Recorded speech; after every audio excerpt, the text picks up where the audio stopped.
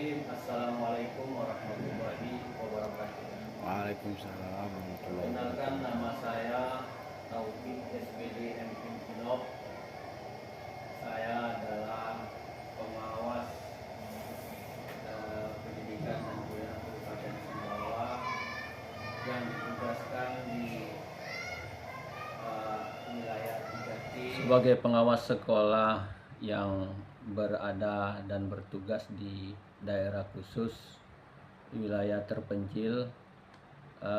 Tentu kami memahami sebuah kondisi di mana wilayah binaan kami khususnya di wilayah Batu Lanti dan Orong Telu, wilayah ini curah hujannya cukup tinggi sepanjang tahun, banyak sungai yang kita lewati, begitu juga jalan yang licin karena pada setiap saat kita naik turun tanjakan, dan begitu juga antara sekolah dengan sekolah jaraknya cukup jauh, akses internet belum begitu merata. Itu merupakan situasi dan kondisi yang kami alami di sana. Kemudian dengan situasi demikian tentu ada sebuah tantangan yang harus kami hadapi, yaitu keterbatasan akses dalam mobilisasi umpamanya ke sekolah-sekolah binaan terutama saat musim hujan.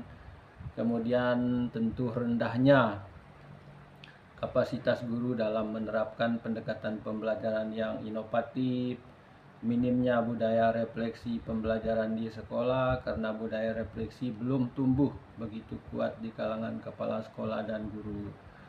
Kemudian tentu keterbatasan internet tersebut di sekolah sehingga sulit mengadakan pendampingan serta evaluasi yang bersifat daring. Kemudian keterbatasan antara koordinasi antara sekolah yang sekolah satu dengan sekolah yang lain. Nah, atas tantangan itu kami coba melakukan aksi. Nah, di dalam kami melakukan aksi ini saya sendiri mempunyai metode, dan metode yang saya gunakan adalah metode karya, di mana karya ini akromnya itu adalah kolaborasi yang konsisten, kemudian aksi yang kami lakukan, kemudian adanya refleksi, kemudian adanya inovasi, kemudian aksi lanjut. Nah, di dalam kita melakukan aksi, kami tentunya melakukan kolaborasi dalam hal menganalisis rapot pendidikan untuk mengidentifikasi area permasalahan atau area prioritas mutu pembelajaran. Kemudian rapat koordinasi dan diskusi kelompok dengan kepala sekolah, guru untuk kita tentukan strategi yang akan kita lakukan dalam upaya meningkatkan mutu pendidikan. Nah, kemudian aksi yang kami lakukan di dalam metode ini adalah tentu mengadakan pelatihan untuk memperkuat pemahaman guru kepala sekolah tentang pembelajaran dan program-program lainnya. Kemudian mentoring atau melakukan bimbingan langsung kepada guru pada saat pembelajaran dan memberikan umpan balik konstruktif terhadap praktek yang dilakukan. Nah, setelah itu tentunya kami melakukan refleksi dalam kenapa kita harus melakukan refleksi, karena harus mengetahui keberhasilan dan kendala dari program atau pembelajaran yang sudah kita lakukan. Kemudian melakukan penguatan kesadaran guru untuk terus memperbaiki strategi pembelajaran, namun hasil refleksi menunjukkan bahwa sebagian sekolah atau guru belum maksimal menjalankan program secara konsisten karena keterbatasan waktu dan dukungan teknis.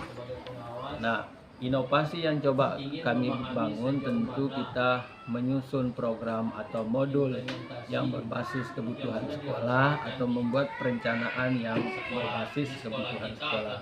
Kemudian mengadakan sistem rotasi kunjungan agar semua sekolah tetap mendapat pembinaan meskipun jadwalnya terbatas. Kemudian mendorong komunitas antar sekolah agar berbagi praktek baik ataupun pengalaman belajar. Menggunakan media komunikasi sederhana seperti WhatsApp untuk koordinasi terhadap sekolah-sekolah yang sudah ada di sana.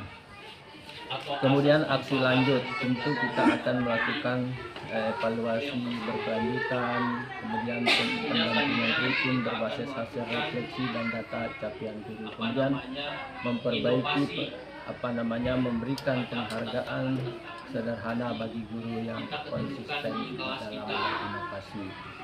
Nah, kemudian tentu dari metode itu yang kami harapkan nanti adalah perubahan positif yang terlihat di sekolah sehingga terbudaya, kemudian kepala sekolah semakin memahami pentingnya memahami rapot pendidikan sebagai dasar perencanaan program sekolah.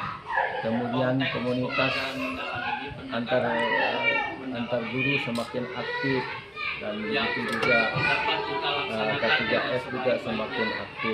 Nah, dengan kendalanya transformasi dan juga jaringan internet tapi masih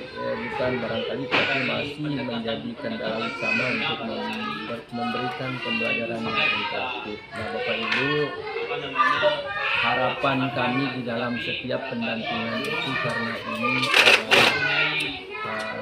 wilayahnya cukup berat karena banyak tantangan yang ekstrim. Walaupun demikian, kami sebagai pengawas sekolah di lapangan tentu secara konsisten dan begitu juga secara kontinu kolaborasi dalam melakukan aksi-aksi sehingga mutu dan kualitas pembelajaran di satuan pendidikan khususnya wilayah binaan kami itu dapat tercapai dengan baik. Maka dari itu kepada Bapak Ibu guru, siapa tahu di dalam implementasinya atau sejauh mana implementasi pembelajaran mendalam ini sudah dilaksanakan, itulah yang ingin kami dapatkan gambaran dari Bapak Ibu semua. Barangkali seperti itu untuk pertemuan kita pada kesempatan ini. Kepada kita semua, ya, saya mohon untuk menggambarkan tentang konteks pembelajaran mendalam ini sudah diterapkan di kelas kita masing-masing. Assalamualaikum warahmatullahi wabarakatuh. Mungkin ada beberapa hal yang perlu saya keluhkan tentang pembelajaran mendalam setelah diterapkan di kelas. Yang pertama di pelajaran matematika, kendalanya itu ada beberapa. Yang pertama sekali adalah tentang kurangnya pemahaman konsep dasarnya. Jadi itu adalah tantangan siswa memahami konsep dasar matematika sehingga mempersulit mereka untuk memahami materi yang lebih lanjut. Pikirkan kalau saya pegang di kelas 5 pengawas mungkin Ya, memang medianya mungkin kurang untuk Ya. tidak pakai seperti digital mungkin Ya. kekurangannya. Ya. Kalau misalnya ya abstrak seperti matematika itu nih, anak-anak itu kira-kira kalau kita pakai digital itu mungkin ada gairah mungkin. Kira di kami ini belum lazim atau belum begitu misalnya pakai digital itu mungkin anak-anak itu kurang, terutama di matematika. Memang sesuai dengan kurikulumnya kemarin cocok. Kalau anak-anak itu cenderung kita pakai yang IT itu sangat mudah memahami ketimbang misalnya kita bicara terus itu Pak. Ya. Kepada kita semua untuk bisa melakukan nantinya menyampaikan gambaran tentang pelaksanaan kegiatan pembelajaran di masing-masing kelas kita. Itu media. Nah, untuk itu saya persilakan kepada kita semua. Saya mendapat pelatihan terutama sekali dalam pembelajaran mendalam ini. Jadi saya di kelas 6 Pak sangat bangga sekali setelah beberapa kali kami mendapat pelatihan.